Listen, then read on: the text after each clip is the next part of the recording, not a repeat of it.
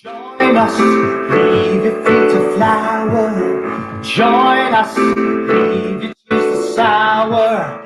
Join us, come and waste an hour or two. We've got magic to do just for you. Welcome to Studio Tenn Talks. I am Patrick Cassidy. I'm the Artistic Director of Studio Tenn. It is so great to see, and I hope you guys are seeing me here tonight. It's been an incredible week here at Studio Tenn. We have been dealing with our education program, which I'm going to talk about in a second. We have been talking about the theater and what we're going to do and what we're going to do virtually and how we're going to go forward, and like everybody is talking about. But we have a jam-packed show for you tonight, and so I want to get into it.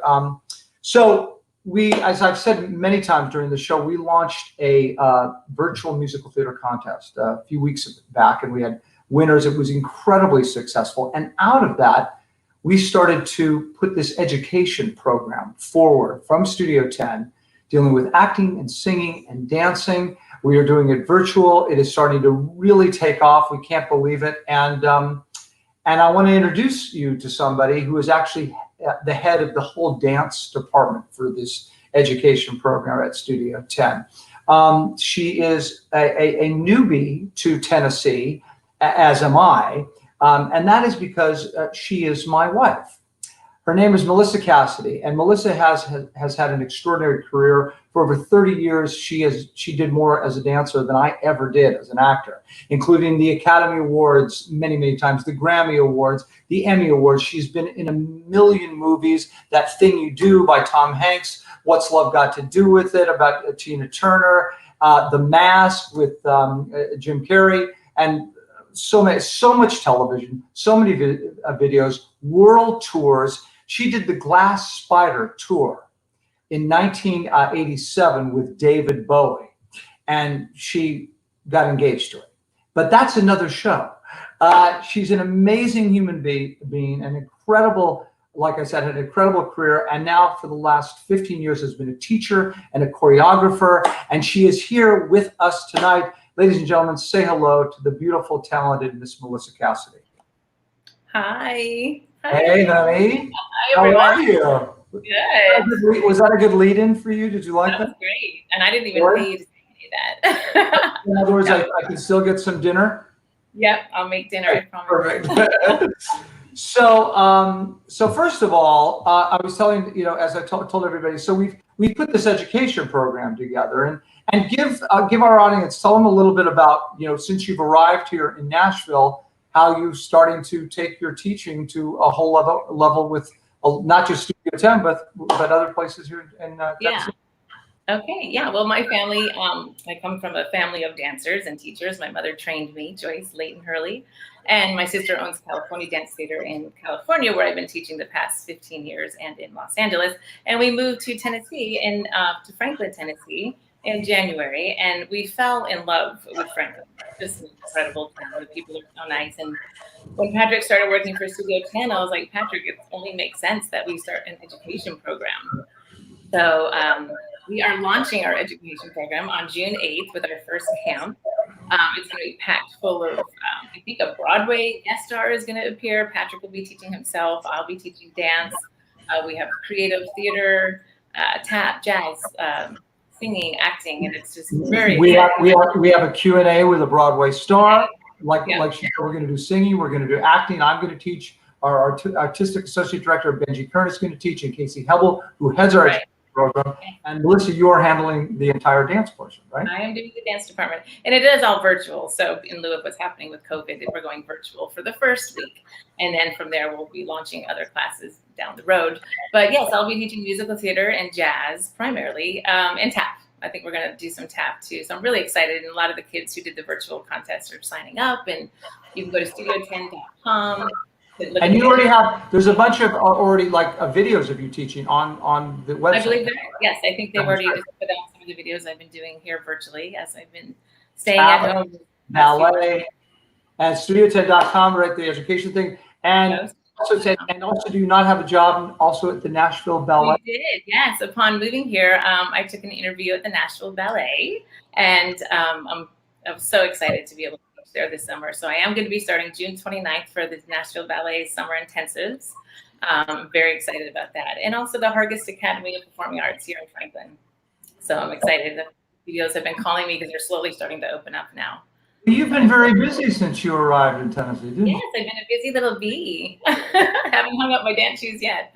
So. Well, you're amazing. As I stated, you've had an incredible career, not only as a performer for the first 30 years of your career. Yes, you started when you were 10. As a teacher and as a choreographer. And I know that both of us are so thrilled to be here at Studio Tenn and to be part of it. Very grateful. I love you, Mrs. Cassidy. I love you too. Have a great show. Thank you. And I will see you after the show. And here's a kiss. Mwah. Dinner will be ready. Bye. Anyway, amazing. That's my wife, and she is. And when I came here with Studio Tenn, she was part of the package, and she's a gigantic part of it. So anyway, sign up for the camp, June 8th through June 12th. Okay. Without further ado, our guest on this week's show, I am so excited to talk to. He is an amazing performer. Amazing singer. In fact, Ben Brantley, the critic of the New York Times, said he was the best tenor on Broadway. That's how great he is. He is also an incredible human being, and I am just amazed by him. And he and I will talk about that. His Broadway credits: he made his debut on Broadway in Candide, directed by Harold Prince. In 1996, he did one of my favorite shows ever, which we're going to talk about. Adam Gettle, the grandson of Richard Rodgers, wrote it, and my friend Tina Landau directed it. It was Floyd Collins. And if you've never seen Floyd Collins, you're going to find out about it tonight. He has done concert versions of South Pacific at Carnegie Hall. He was on Broadway in Next to Normal. He replaced the incredible Brian Darcy James. He has been at the Paper Mill Playhouse with Can Williamstown Theater Festival with The Visit. He just finished, right before this COVID thing, he had done Pretty Woman on Broadway. He is the incredible Mr. Jason Danieley. Wow. Thank you, Patrick. Hey, Jason. What an introduction. I could have gone on and gone on. Don't you make me blush. Welcome. Thank you for the kind words. For being here. Thank you for doing the show. It is so great to see you. Where are you for our viewers? I'm in the capital region of New York State, so very near Albany, right on the Massachusetts border. So I'm in what you would call the lower Berkshires.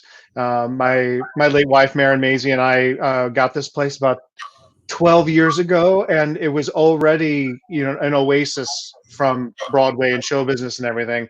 But especially now in this time, I am creating a compost pile, and I'm taking hikes, and I'm Candide out here making my garden grow. It's great. And how big is your house? Is it a big, huge house, or? No, and it's not a huge house. We have about like a 3-bedroom, 2.5 bath, but we have 5 acres of woods that we're on, and we're in an agricultural area farming community. So there's a cattle farm right down the road, and there's a cattle farm up the road too. Thank God we're high and upwind from all of that. Well, I just came from a cattle farm today up in Leapers Fork, Tennessee, so we have cattle as well. But you also have a place in New York City, correct? Yes. We lived on 97th and Riverside for 20 years, and then just last year I moved to just right next door to Lincoln Center. So I actually look over Juilliard down onto the beautiful Lincoln Center Plaza, I know. For the time that I was able to be in my apartment and look down at people going to the opera and to the ballet and to the theater and to the symphony, it's fantastic. So I can't wait till we'll all be able to crowd into theaters and pack back into symphony halls. We are all saying it in unison. We are saying it in harmony. We are all saying it all the time. It's funny that so your other apartment. I was at 96 in West End. Oh, you were? Yeah, I lived up there. Yeah, I loved it too. At the Paris? I think I wasn't doing Assassins. I was doing Annie, Get Your Gun, I think, is when I lived up there. But yeah, because my career in New York was always subletting an apartment for a year, sometimes 2, 6 months, whatever. But that was one of the locations that I lived in. Oh yeah. Well, you were just a block from us because during Annie Get Your Gun, we were living up there. Did isn't there a great dog park out there? Like a walk. There are several of them in Riverside Park. There's one down on 72nd Street and one up on like 105th. Yeah. So we would take our dog there all the time. Yeah. Anyway, so I want to talk about. Well, first of all, let's talk about how you and I met. Okay. Would you like to take well, no. Let me just say. So, okay. Jason, I met Jason and Marin, his late wife, with my mother, Shirley Jones. We did a Rodgers and Hammerstein concert in Colorado, Boulder, right? Is that correct? Colorado Springs, Colorado, at the World Theater Festival. That's right. And we rehearsed in New York. I mean, it was a pretty big deal. Lonnie Price was directing, and Paul Gemignani was conducting, and Paul Ford, the legendary, Sondheim pianist for all the shows. But and I'll never forget my mother and I, and obviously my mother has a little bit of Rodgers and Hammerstein experience. Really? I had no clue. So we came to New York, and they flew us out to New York, and we were in New York for, I think it was a week or so, to rehearse, maybe a little bit more. And the two of you walked in. Now, you have to understand that my mother, who wasn't, a big, she didn't keep up with the theater people. She met you guys, but she didn't really know who you guys were. Although I think I had shown them some stuff on both Marin and you and stuff, but she became gigantic fans, of course, after one day of rehearsal. But I was a super stalking fan of the you two, and then to hear the two of you sing and act. And I mean, that, just so you know, that experience for me and my mother was unbelievable, the two of you. And I want to talk about it because I'm going to get into both you and Marin, but how was it for you, Jason? Well, I mean, your mother, that's the easy one. I mean, we both grew up watching her in her film, and I know Marin would say that she just wanted to be Shirley Jones. Her favorite, and she also wanted to date your brother because she was a huge Partridge Family fan. She was a favorite fan. In her cabaret, she has an album live at 54 Below, Make Your Own Kind of Music, and it's all the music from the 60s and 70s when she was growing up.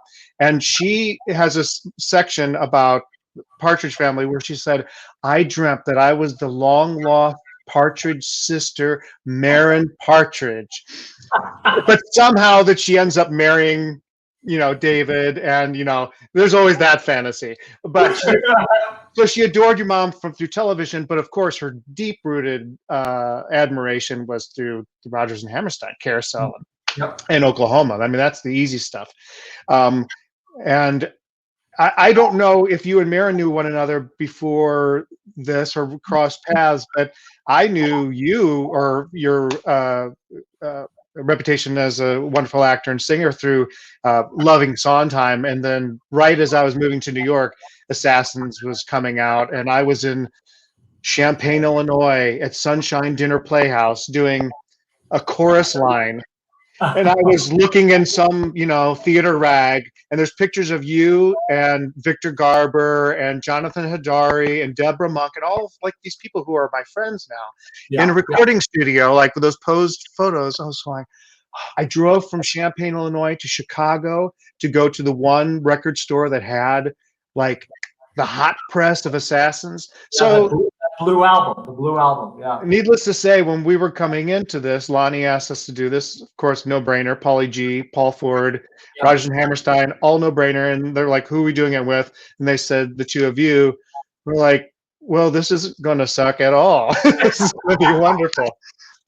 Yeah. Well, it didn't suck for us either. Like I said, it was extraordinary to do the show with you guys. I having been, like I said, a super, super fan. And then, of course, to hear you guys sing. I mean, Jason, look, I'll tell you, you closed the first act with the soliloquy. And, there are very few people that can sing that song great. And you took it to the other level, including, by by the way, I'll say you sing the B flat that John Raitt would sing, because Gordon McRae, although he sang it beautifully, he could not sing that note.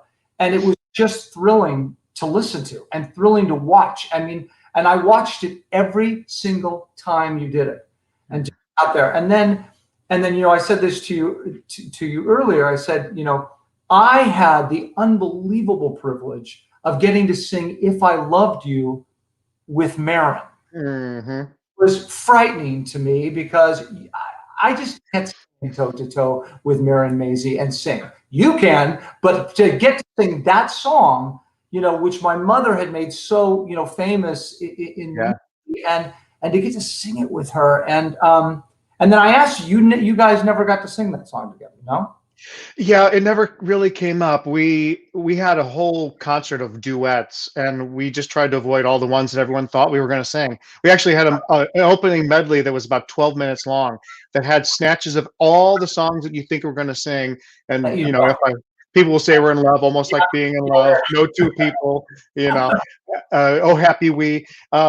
Yeah, but we never did it because, as we were discussing, Rodgers and Hammerstein were so cutting edge, even though we look back on them as sort of quaint musical theater writers because we're so familiar with their material, that the bench scene was kind of unheard of, to have a song interspersed with a scene, interspersed with the second part of the song. It was very cutting edge for music theater evolution, and thus when you do it in concert, it makes it difficult to do out of context. Out of context. Yeah. Yeah. No, well, it was, like I said, it was an incredible thrill. And you and I actually sang, if I remember, "How do you solve a problem like that?" With Wimples on. Yeah, that's right. That's right. Oh my gosh, it was extraordinary. I think I had "Flibberty Gibbet" was one of my lines. I was very happy to have. Oh, it was brilliant. It was brilliant. You know, I want to talk to you a little bit about your career and some of the experiences that I know people would love to know. And we'll talk about, I want to go back, I want to start with Full Monty and then go back to Floyd Collins, but about Full Monty, because first of all, it's one of the shows that I would love to produce here. And I have so many friends in it, obviously, including yourself, but you know, I mean, and Emily was on the show last week. She was part of it. Right. Annie Golden. God, I've done 4 jobs with Annie Golden, including Assassins, you know? Yeah. What were the other 3? Assassins? We did the movie. She had a bit part of the movie Longtime Companion. We did Leader of the Pack together on Broadway. That's right. You know, and we did a television show together too. I've just like worked with her like forever. It's yeah. You know, but and then I met Patrick after the show had opened, and Robert Westenberg and I had worked together. So I knew a lot of people at the show, and of course Kim Grigsby. She was your conductor, right? That's right. Yeah. So a lot of people. But tell me about, first of all, tell me about the experience, and then tell me about because I asked Emily about this, that the lights didn't flash for the Sounds like a country song cue. The nights the light didn't go off on Broadway. Yeah. So we've referenced her a few times, but my late wife Marin was in the original company. She originated the role of Mother in Ragtime by Ahrens and Flaherty and Terrence McNally. And so the same time that Marin and I were getting together in 1996, Terrence and Marin started their friendship through Ragtime. So we had a very close friendship with Terrence and his then partner Gary Buonassorte. And so they were doing Ragtime, and Terrence said, I'm writing this new musical based on a film which just came out, and it was a huge hit. And one of my favorites. I saw that film 2 or 3 times. Amazing. Oh, it's iconic. I you know, those kinds of it might have been very new, this kind of Fox Searchlight, you know, a large studio doing a smaller kind of indie type thing, British, I mean, without being a period drama, you know, working class, huge hit. And he said, I'm writing a part with you in mind. And I was like, oh, I hope it's the Robert Carlyle part. And it wasn't, but it was a great part nonetheless, because I feel like my character, Malcolm, McGregor, who, if you saw the film, was I always call him the suicidal mama's boy. He's the guy who is living at home. He's the only one who still has a job, working at the plant. He plays the trumpet in the plant band, and then you find out later on that he's gay, sort of through like just he and another one of the guys that are stripping. They kind of climb in the window after they've been rehearsing, and they're face to face. So, given Terrence McNally's oeuvre of plays, this was, I think, a real opportunity for, as Terrence makes everyone a human character in all of his plays and musicals, but I think it was a closer storyline for him. Anyway, it was great. We did a workshop, two readings in New York, and then we went to the Old Globe in San Diego, tried it out 20 years. What is this? Yeah, 20 years ago. this last month, and then it was fast tracked to Broadway. We were there by October of 2000, and yeah, we opened. I don't know what the reviews were like, but it was the same year as the producers, so it was difficult because we had the producers, which was a huge gargantuan, old-fashioned musical in history, I think, for one show. I think. Yeah, and then we were like this little independent film kind of version of a Broadway musical, and I'd be curious to what historians have to say about that. But I was very proud of what we did on Broadway. It was so great. So tell me, well, two things. First of all, tell me about the first time you guys had to take off your clothes. We had a Zoom party recently. I gathered the original Broadway company together, and someone reminded our stage man. Did you take off your clothes? No. 20 years later, Patrick, we're keeping all the clothes on. Thank God it just kept, you just do one of these. Oh, yeah, everything's fine down there. We were in the basement studio at the Old Globe, and Jerry Mitchell, our choreographer, and Jack O'Brien, our director, were very lovely about having everyone clear out except for the necessary people who needed to be in the room. And we did the strip, but we put our red G-strings over our underwear, which is more embarrassing probably than actually being naked, because you've got a thong over your own particular kind of underwear, which is very right. There's a scene in the show. It would be like putting a bra over a T-shirt. That's right. Exactly. Thank you for finding the gender equivalent to that for the ladies. But there's a scene in the show where we all walk around for the first time just in our underwear, trying to get used to the idea of being around one another basically naked. And that was probably the most exposed emotionally for the characters and for us as actors, because we sing a song about, I'm skinny, I'm short, I've pigeon-chested, I've got a pimple on my ass, all these things that we can see about ourselves that make us crumble in anxiety and fear. And that's one of the beautiful things about the show, is that it's not exalting nudity or stripping for an occupation. It's people have to find a way to make $1 because the economy is bust in Buffalo, New York, where this is set. The factory is shut down, and the guys have to do something to make some money, and they have to face their own fears and their own inhibitions.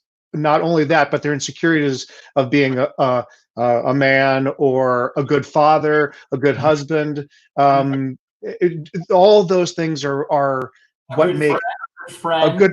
Yeah. And that's what makes the Full Monty such a great show. It's not necessarily the nudity. There's that there's the big payoff at the end. You get that, but it's you root for them because you feel for them as human beings. And I'm so happy that you want to program the show, because I think your audiences will, one, be drawn to it for the name value.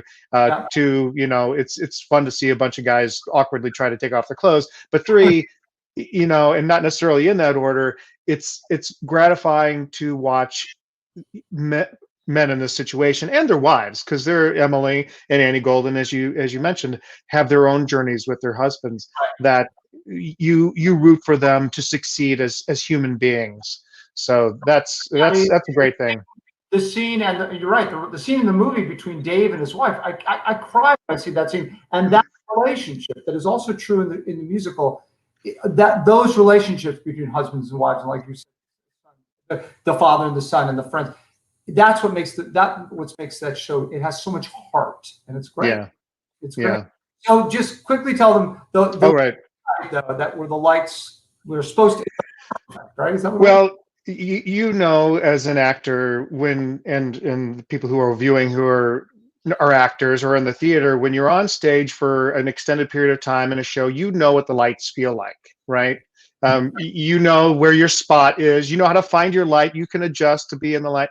And so at the end of the show, at the last moments of the strip, we are wearing our hats, which have our microphone in it, and we have a G string, and they're Velcroed on the right and the left. And you turn around, you exchange the G string, the hat for the G string. Then you turn down stage, and when you throw everything up in the air, there's a giant "The Full Monty" sign, like Las Vegas lights, and they just blind the audience. So we're in silhouette. You don't see anything but our silhouettes. Right. We're backlit, and we're one night we're do the rip. Why do the lights feel different? They just feel off. And you know, we do the 3-step turn down stage, and we throw up our hands, and it's like every light in the house is on. Every light is on. We found out later that the light board was ahead of cue, so we were in the curtain call light, which is the brightest. You can see everything. Yes. Well done, everybody on the stage. Wait, here's my question. Did this cause you guys to run off? Did it cause you sort of like, what the heck? I mean, what was the initial reaction from the 6 of you? Well, I can only speak for Roman Fouget on my right and Patrick Wilson on my left. We all stayed on because we're professionals, right? We're not going to run scurrying. It's Broadway, for God's sake. We threw up our hands, and Roman, who plays Ethan, who's the kind of like dim-witted guy who keeps trying to do backflips off the wall, a la Donald O'Connor and Singing in the Rain, and he just standing going, and Patrick is screaming one obscenity for a very long and loud time. Oh gosh! But what was fun about it is that you're looking at the audience, as you always do, because you want to see their expressions more than they can see you at all. Sure. And everyone's going, oh, here it comes, honey, here it comes. Oh, and they just like almost cowered in fear, like that wasn't supposed to happen, was it? That is. We did it twice. So they put a kill switch on the lighting board, so if it ever got out of sequence, it would just go black. But we did it twice again. Once on the Tony Awards, which is a very similar situation. So when we finished the number, they cut to the audience to get their reaction. Right. Well, the only way to get the reaction is to have lights on the audience. So if you watch it on YouTube, everyone's cheering, and it cuts to the audience, and they're like, and Gwyneth Paltrow and her what's her mother's name? Oh shoot, Blythe Danner. Blythe Danner, thank you. They're both going, oh, we're not supposed to see that. It was like hysterical. You can actually see people's reaction. And the other time was we did a Royal Variety performance in London, and the Queen was in attendance. And a very similar situation. She and Prince Philip were in the royal box, and it popped up the lights so we could get the cameras, and we had to shake her hand later on. And wow. It's great. It's funny thinking like a producer now. I'm thinking, if that came out in the New York Times, lights didn't go off during Full Monty's last scene, you could actually say, and come buy a ticket to the theater because experience too. You sound like David Merrick right there. Oh, yeah.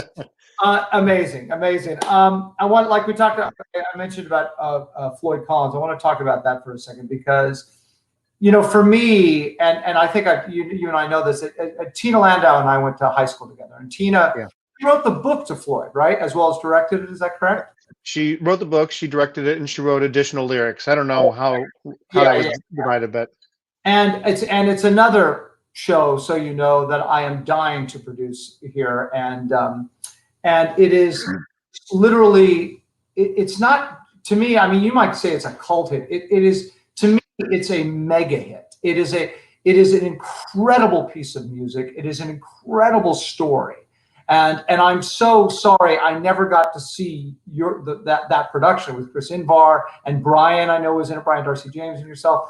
But I saw the first one that was in Los Angeles, and I think that was Roman. Roman played Floyd. Yeah, he was awesome. And but that experience and about that show, tell me a little bit about that, because it is literally a cult musical theater show. It's the one I talk about all the time. It's probably one of the very few shows that I have the most, the greatest pride in being a part of it, and not just because, oh, look at what I'm a part of. It was a true family experience because of the content of the show, and the family's part. It's for those of you who don't know the story, in 1925 in Kentucky, near Mammoth Cave, there was a cave explorer named Floyd Collins, who is widely known even to this day as the greatest caver ever known. Back during the cave wars, when Mammoth Cave was a big attraction, cave explorers would try to siphon off the traffic that would be coming down the main road heading into Mammoth Cave to do the big cave tours. So Floyd and his brother and some other friends would explore. In January 30th, 1925, Floyd went down a squeeze. It wasn't like a big cave. It wasn't like a mine shaft. It was literally a hole that was probably, I don't know, 3 by 3. And he squeezed through these crevices and tight squeezes and twists and turns and went down 160 feet of this found what he called the Great Sand Cave, which he was excited. That was his fortune, right? Would it be his fortune? Yeah, he was going to come back up, and he's going to get his brother Homer, who I played, and his other pals, and they were going to excavate and build stairs, and they were going to sell concessions, and they were going to make a fortune, and they could finally stop trying to farm on this hard scrabble field in Kentucky. And on his way back up, Floyd gets trapped by a rock about the size of a leg of lamb, weighing about 26 pounds, but it pinned his ankle, so he couldn't get out. And so the show starts with an extended solo of Floyd talking about this great experience, and he goes down, and then he gets caught, and the rest of the show is about trying to get him out. And it's about the locals who are cavers, who know how to get someone out of cave, and then eventually, because it becomes one of the most widely known major media events of the early 20th century. So people were coming from all over the country to find out if Floyd's going to be safe. And the National Guard was brought in, the governor of Kentucky, the president had daily briefings on how the rescue attempt was going. So there was the conflict between the locals and the state government, and even to extension the federal government, to the National Guard. So it's really interesting. The media thing became this insane circus, right? Which was what today so easily, OJ. I mean, all this, it became this sensationalistic kind of crazy circus, right? Yeah, and you'll probably remember. I can't remember her name right now. Baby so and so, who got trapped in a well many years ago. Yes, was it Faye? I can't remember. I'll get the information through my earpiece. Okay. And then the cavers or the miners in Chile, or which there was that kind of major media event, but all you had were newspaper reporters. Baby Jessica, William Guise just said Baby Jessica on the private chat. I don't know if you have that on there. Oh yeah, okay, baby Jessica, there it is. But so there's a big element of the media circus. There was the first reporter from the Louisville Courier Journal, William Skeets Miller. Skeets was his middle name because he was no bigger than a mosquito, and he got there to report, and no one wanted to talk to him because he was an outsider. And Homer says, "Go down there and see for yourself." And he goes, "Oh, okay." So he worms down there. He ends up being the person who could get closest to the rock, and he becomes an integral part of the rescue attempt and kind of ingratiates himself with the locals at the same time he's reporting on it. He ultimately won a Pulitzer Prize for journalism on his reporting for this. But then there are other reporters who come from all over the country, and they're sort of vultures in the way that they have been, and still sort of being vilified to this day for, twisting the truth. But in this case, in this particular show, we do punch up that idea that there's a whole song about one of the cavers comes back and says, "How's Floyd? He's freezing." And the reporter goes, "He's free. He's free. Floyd Collins is free." That kind of that element of it. But ultimately, it's what the situation is, and strangely enough, it's so timely with local and federal governments, the conflicts of interests, or who knows what's right for the other, without overanalyzing it. There's metaphor right there. But then it's really about the family. Yeah. And the dynamic. I mean, the Floyd and Homer, who you played, that relationship is extraordinary. I mean, the Daybreak song, where you go and you stay with him, and you guys sing that wonderful, beautiful song together, and and then of course the song that closes the first act, the riddle song, that he gets freed, and that whole fantasy thing, which leads us obviously to the end. And probably, I think you'd say the most famous song from the show is "How Glory Goes," right? Right. Yeah. Yeah. Absolutely. Well, I wanted to talk about Floyd because, again, I'm the super fan and love that score so much. And later in the show, we are going to have he's a senior at Franklin High School. His name is Abram Geis, and he's going to sing "How Glory Goes" for Jason Danieley. And Jason Danieley, in lieu of our education program, is going to give him a critique. So how does that grab you? That sounds great, as long as he's up for it. So we're going to do that later. But before that, I want to talk about Mary Maisie. I want to talk about your wife and what an extraordinary, well, the talent is like the both of you, but she just is in a whole other league of talent.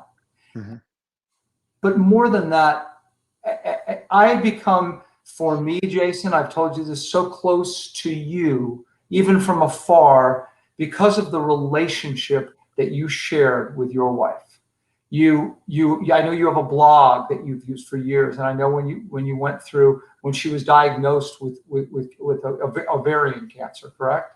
Correct. Yeah, she was very vocal, and you were very vocal about it, and all the way. And I followed it. I followed every word, and you know that because I chimed in many times with the things that you wrote. And tell me, because well, let me start with this. My parents, as you know, Jack Cassidy and Shirley Jones. There they are. They were very young, and my dad had brown hair. A lot of people know him as the white silver thing, which is I get it. But he had hair at one time too, as did I. But people ask them all the time, what was it like being in the same business and working together and being married, and they had their sort of explanations and thoughts and anecdotes and stories. And then, of course, I am married to a performer. There's my wife, who you saw. Yeah, that's a gorgeous photo of you guys. It's amazing what Photoshop will do for the guy. But and I get that all the time, and both Melissa and I do, because we've worked together for years. And she's not a singer, but she's a dancer, and actually she and I really work well together. I always loved working with her because it was a wonderful relationship. We were both very creative together and very generous to each other. So it was wonderful. But you and your wife, Maren Maisie, and there you go. The beauty of the two of you. What was it like working with that talented wife of yours? Well, from day one when we met, actually we met at Floyd Collins. She came to see it because one of her oldest, dearest friends, Martin Moran, played Skeets in the production, and I met her, and I was off scurrying up to my apartment up in Fort Washington, and we had to catch the express because it was a long show. We hadn't made enough cuts, so I got to catch that train. She thought I was off, going out to clubs or seeing girls. I was going home to my apartment by myself, eating a pint of Haagen-Dazs. But I knew her from Stephen Sondheim and James Lapine's Passion. So there was this, wow, that beautiful, talented woman, and she's really good friends with Marty. Great, see ya. A couple months later, I'm doing a Tina Landau directed production of a Charles Meade play called Trojan Women Love Story, and through circumstances, she was playing a lead in the first act. I was playing a lead in the second act. The lead female in the second act was fired during previews, and Tina asked Maren to learn it in 24 hours. Maren has a photographic memory, and she learned the show, went on. We fell in love in like 24-hour period, and within the week we knew when to spend the rest of our lives together. So it was truly fairy tale. It's everything that I've read. It's everything that I witnessed. It is the fairy tale. And by the way, I was going to save this for you, but I want you to know something, honest and true. I wish we had hours to tell it all. Your lives and your romance and your marriage should be written as a movie.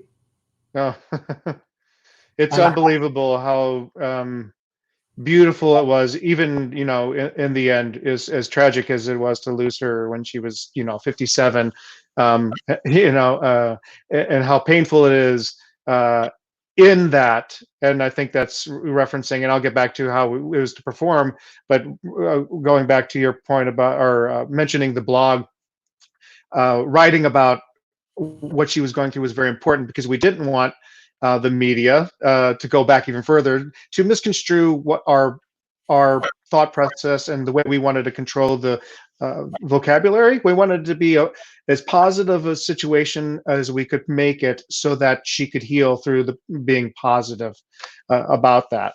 And so we found a lot of beauty in the pain. But we met doing the play. She went off to do Ragtime in Toronto. I was cast as Candide. We got engaged within a couple of weeks. In the next year, we were back in New York, got married in 1997. And then we started working together in concerts. There's the American Songbook series at Lincoln Center, and Ira Weitzman said, "Hey, you guys need to put together a show. You might like doing concerts together." And we went, "Okay."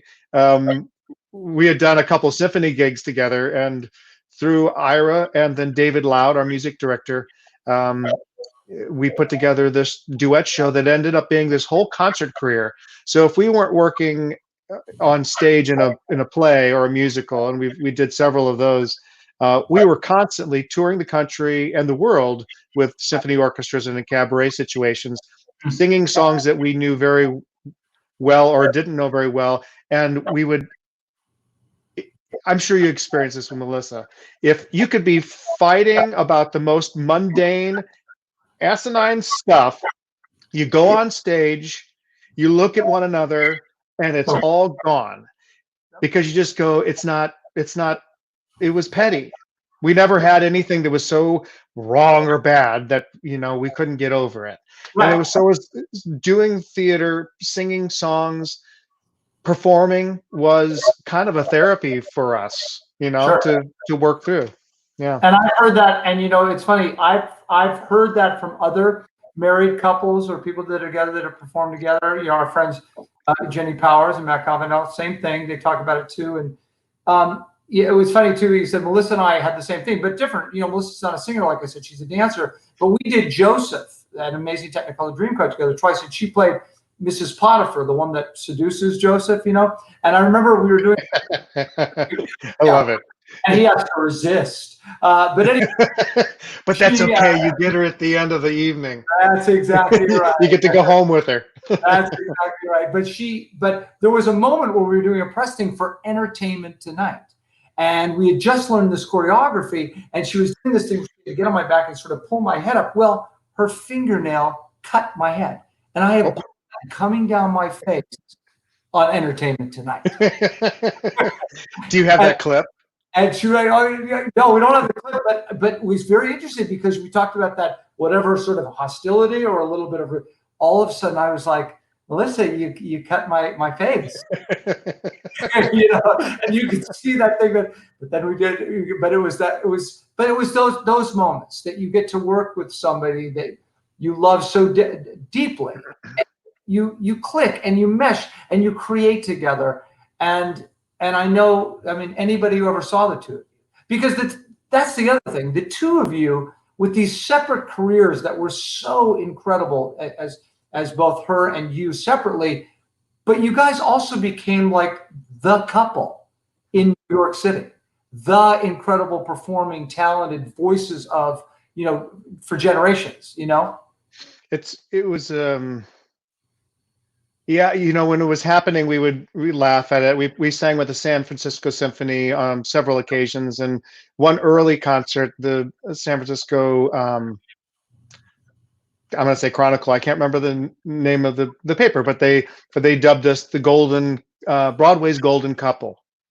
And you know, Richard Maltby would call us the Lunts of Broadway, and people that we respected outside, you know, the press thing was lovely, but when people in the business appreciated what we had to offer, it really, we just went, wow, this is wonderful. This is beyond what we could. I found the best partner for me in life, but then I also found the best singing partner because our voices are, I have a higher tenor and she was a soprano, but she mellowed out. So I would oftentimes take the higher harmonies, which were always some interesting and fun to hear our voices blend in that way. My father used to do that with my mother too. Oh yeah. He didn't do it for those reasons. He just says, no, I could hit the high notes. I've got them. They're mine. But yeah, no, yeah, the purest sound that you two made together. And we are going to show a clip later in the show of the two of you. And because, in fact, I'm going to close the show with it because it's so absolutely extraordinary. I want our audience to see you guys. And by the way, you know, if for people to if they want to hear you sing and hear Mirren sing, there's a lot on YouTube, which is, you know, it makes somebody like me get to hear that voice of hers. And there is a lot on YouTube, and just because this is like the perfect opportunity, because to mention this, the video clip that you'll be playing is from a soon to be released DVD of the last concert that Mirren and I did in New York City, June 1st, 2017 at Feinstein's 54 Below. And it was a show of a lot of the songs that we introduced in original Broadway shows that we sang in revivals, like Kiss Me, Kate, and so forth, that we sang in concerts, and that we introduced, or not introduced, that we sang on PBS, because we both did musical versions, Camelot, South Pacific and Carousel, and then regular concerts on PBS. So that DVD will be airing on Broadway On Demand, which is a new streaming channel that will be, they'll air it once, so everyone comes together like they're going to a theater, like 8 p.m. on, you know, Friday the 31st of whatever, and it's a pay-per-view, and it's a nominal fee, and part of the proceeds will go to 3 organizations that we advocate for, that I've continued advocating for, that we did then. Cancer Support Community, which is it's a global non-for-profit that gives over $40 million a year in free services to people who are living with cancer and their families. And this is a support community that helps you just understand and navigate the ins and outs of whatever cancer. It's not ovarian cancer specific. But if once you're diagnosed, they're there to help you understand, to help you figure out how to get to treatments. There it is, If you, on our right, board. cancersupportcommunity.org. And there's actually an honor, an award in Marin's name that they give out annually at their gala, that we both received in 2016. The second cancer advocacy group is Tina's Wish, and they are specifically geared toward finding an early detection test for ovarian cancer. There is no early detection test for ovarian cancer. When it's diagnosed, it's almost always late stage, stage 3, stage 4, and that's where Marin was diagnosed in stage 4. If we can just get a mammogram equivalent to a mammogram where we can test. You can't get it with a pap smear. Everything that, I know women growing, well, my doctor does this and doctor does that. There's just no true test for it. But Tina's Wish is that's their sole purpose, and also to find treatment and a cure. So that's a great organization. And then, of course, the Actors Fund, which helps everybody in the entertainment industry. You don't have to be an actor. You could be a stagehand or wardrobe or crew, front of house. You can be anywhere in show business, a publicist. And also, Cancer Support Community is now partnering with the Actors Fund and Broadway Cares, Equity Fights AIDS. So anyone in the industry who comes to the Actors Fund, like, I have cancer, what do I do? They can guide them to Cancer Support Community and help, bridge that gap. So the DVD will have portions which is on Broadway Records record label. So there's a CD that's available now. There's a DVD coming out, and then on Broadway on demand, we'll air it. And so a portion of the proceeds will go to that. To help those organizations, because not only are we dealing with an incredibly, horrific pandemic, but the diseases that we had before are still happening. I can still go out here and get Lyme disease from the ticks. Yeah, no, I hear you, and we put all the organizations on our board, and I said to you, the clips I saw from that. By the way, when you guys did that, how long after that did Marin pass? How long after that, after you shot that? That was in June of 17. She passed September of 18. Wow. So we were scheduled to go back to 54 Below in June of 18 to do a new show, which I've taken most of those arrangements and I do them in a solo show that I did last fall as a fundraiser for Cancer Support Community at 54 Below.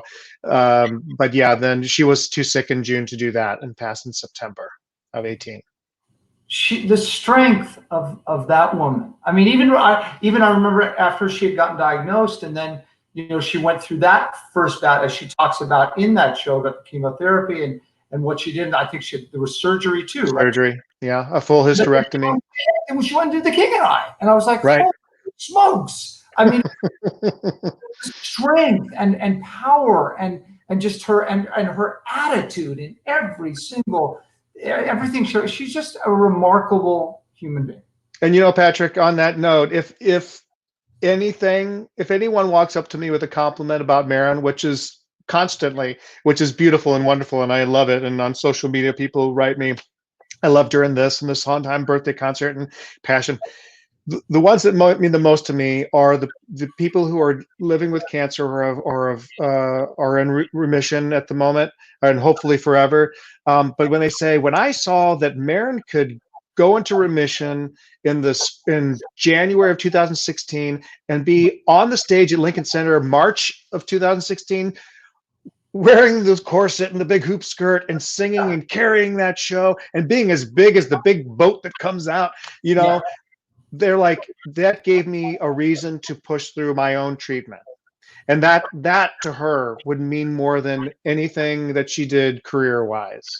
It's true. And that's what I'm saying. The extraordinary human being, woman, person that she was, that allowed her to get on stage. We know what it's like getting on stage. Forget, I can't get on a stage when I have a hangnail sometimes. Right. Like it's a real deal. It's really hard. It takes a lot of preparation, and Yeah. what she did, and it's just amazing. I want to show. I will show this at the end, but before we do that, I want to. I told you I have a student. Mm-hmm. I want to subject to you. He's going to sing. His name is Abram Geis, and he is going to sing "How Glory Goes." And it was so great for you to give, I think, a great synopsis of Floyd Collins. And do you want to set up for our audience what Glory Goes, what that is about, that moment? Yeah, I'm impressed that he's wanting to sing such a full. You learned it in a day. Is this your dad? He learned. Yeah, he learned it. He's a senior in high school, and will be. And and I said, listen, you want to do this? He said, yeah, I'm kind of familiar, but I really don't know the song.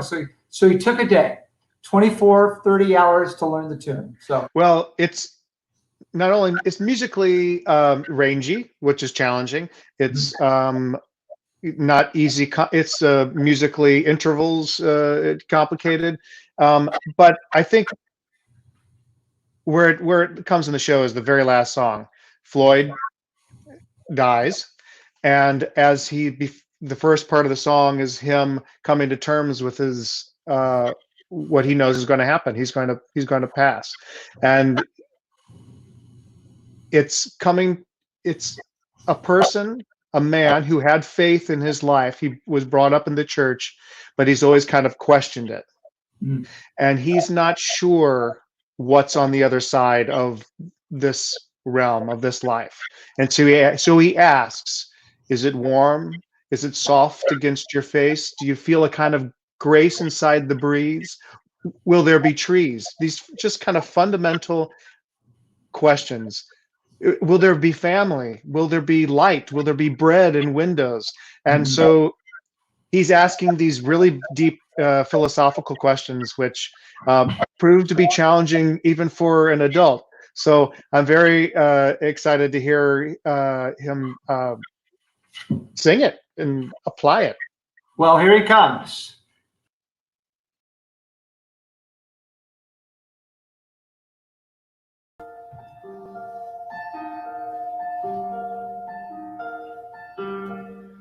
Is it warm? Is it soft against your face? Do you feel a kind of peace inside the breeze?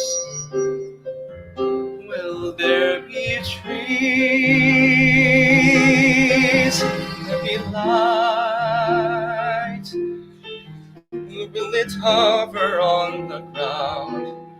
Or will it shine from all around, or just from you?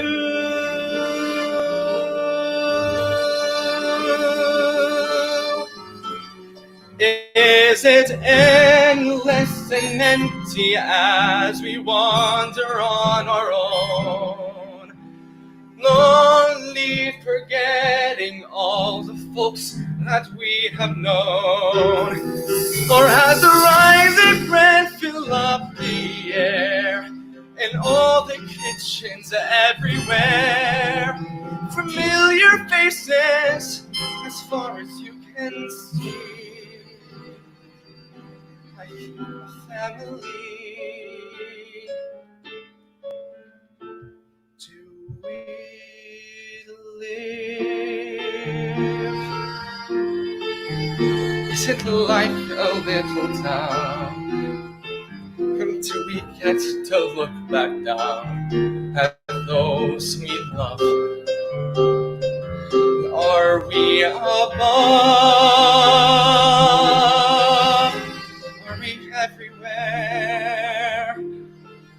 Are we anywhere at all? Do we hear a trumpet call us? and we're by your side.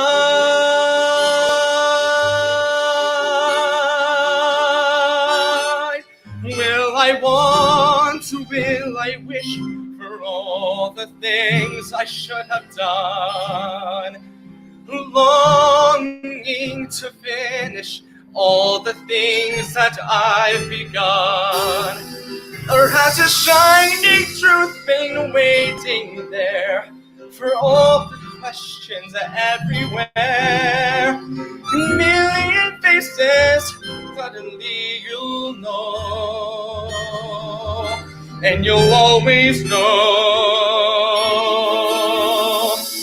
Will my mama be there waiting for me, smiling like the way she does, holding out her arms as she calls my name, and she holds me just the same.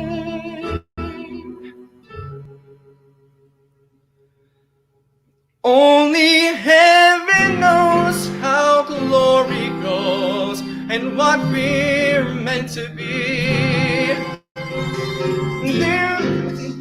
Let's start, that's who we are.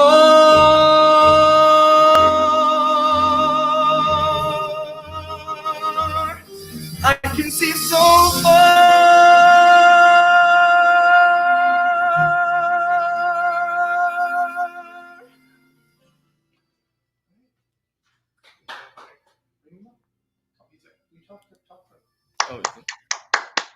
Fantastic job. Hold on. Gosh, here we go. Okay, try it now. There we are. Can you hear me? Yes, sir. Oh, fantastic job. Wow, wonderful job. You have a lovely voice. You know, it's not an easy song. It's like Patrick was referencing Soliloquy from Carousel. It's one of those huge chunks, and it's not just, oh, I love you, and you know, something very simple. You're talking about death and understanding what that means in this context, and there's so much in that text. So you sound good. You sound great. And I think the one easy thing to say is, with material like this that is so dense that you don't have to act so much. You can actually just stand there and almost sing it, and like let the listener come and, you know, really look into your eyes and hear and feel what you're saying. Because sometimes if you get too busy, the intention kind of gets thrown down this direction or thrown up this direction. But I'm critiquing someone who just learned a song in, you know, 36 hours. So,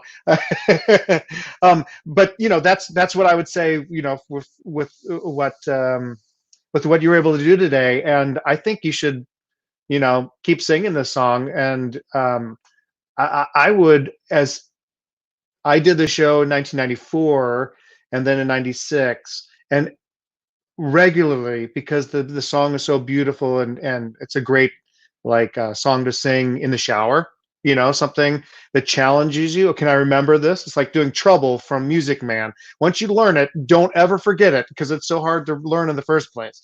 So keep singing it, and I think over time, what the song means will become more and more. You're a young man, and I hope you have many years ahead of you, that you're not pondering the end of life or the other side of life, but it's something so rich that I think you can keep chewing on. So bravo, it sounded great.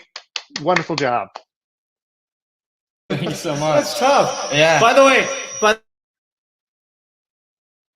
Oh, I lost you, Patrick. I can't hear you. You're not on. Can I hear you? Come back. Oh, now you're back. Oh. What were you saying? I lost you for a minute. Now? Now I can. Okay, there we go. Yeah, I was saying, there's no way I could have done that. Sing that song for you? Oh. Holy smokes. No, I thought he did a great job. Thank you for doing that. That means Absolutely. that means so much to students. It means so much to our students in doing this education thing. To hear somebody like yourself, obviously an amazing professional, talk to them about a song and a song that they did. And it's funny you mentioned Trouble. My only regret was that Robert Preston left us too early, because I would have liked to critique me doing Trouble. Oh, yeah. You are extraordinary, my friend. I looked for on your blog. I looked for there was so much over the course of all the time that you had written about Marin, and it was after she had gone. And I think I wrote something to you about it, and I looked for it because I wanted to post it. But the overall thing was that you kept this blog going the entire time, right? And have almost, because it's been like a year and a half now since Marin has gone. Yeah, I stopped writing the blog itself when Marin's cancer recurred in the summer of 2016. But I was writing on social media on Facebook, and that's probably I probably wrote something that you read there. But yeah, Extraordinary. it's it's something that I've been transitioning a little bit career-wise. I still enjoy performing tremendously, and I was just working on a new Aaron's and Flaherty musical in Florida, and hopefully we'll be back down there in the spring. But Marin really wanted me to direct and to write more. I'm calling you here. That sounds good. I hear Franklin calling. Oh yeah, director Mr. Jason Danieley. But there's, and also I've had a lot of friends talk about me writing more, and what's difficult is going every time I want to write something. The only thing on my mind and my heart is Marin. So I try to do that, getting my feelings and emotions and thoughts out through advocating for these organizations, Right. and maybe writing some more is necessary.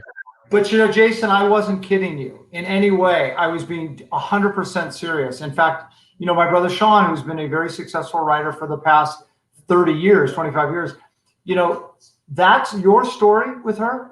You might be too close to it, but that love affair, that marriage, as performers, as people, that's a movie. Trust me, it's a movie, and it's a beautiful movie.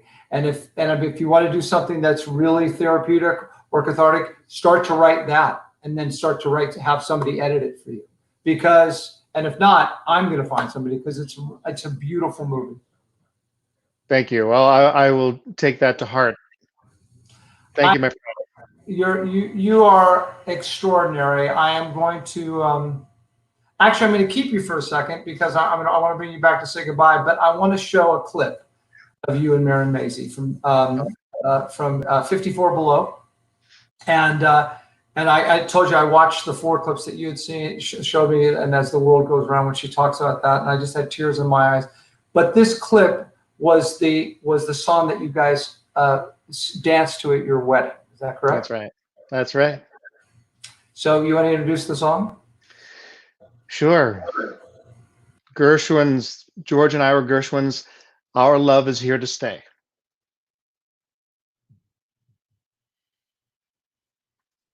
So we thought it'd be appropriate to end with the beginning, the song that we danced to at our wedding.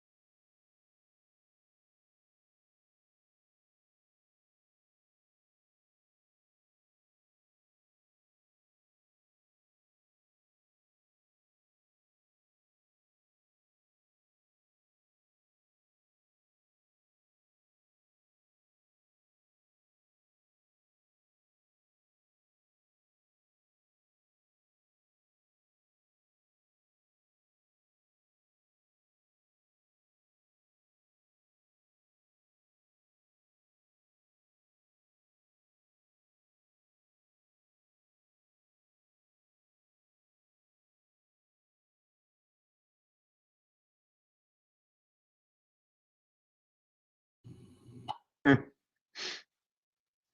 love you. You're I amazing. love you too. You're an amazing, amazing man.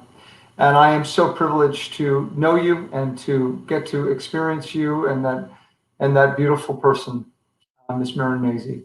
Thank you so much, Jason, for sharing you with us, and I can't wait to see you in New York, and I can't wait to just see you and hug and hang out together. Thank you, Patrick. And I look forward to continuing this talk, talking about everything. And, if you're serious, let's talk about coming down to Tennessee. I spent a good year at Opryland working down there, and I'd love to come down and do something with you all. Oh no, you'll be getting a contract in about 5 minutes.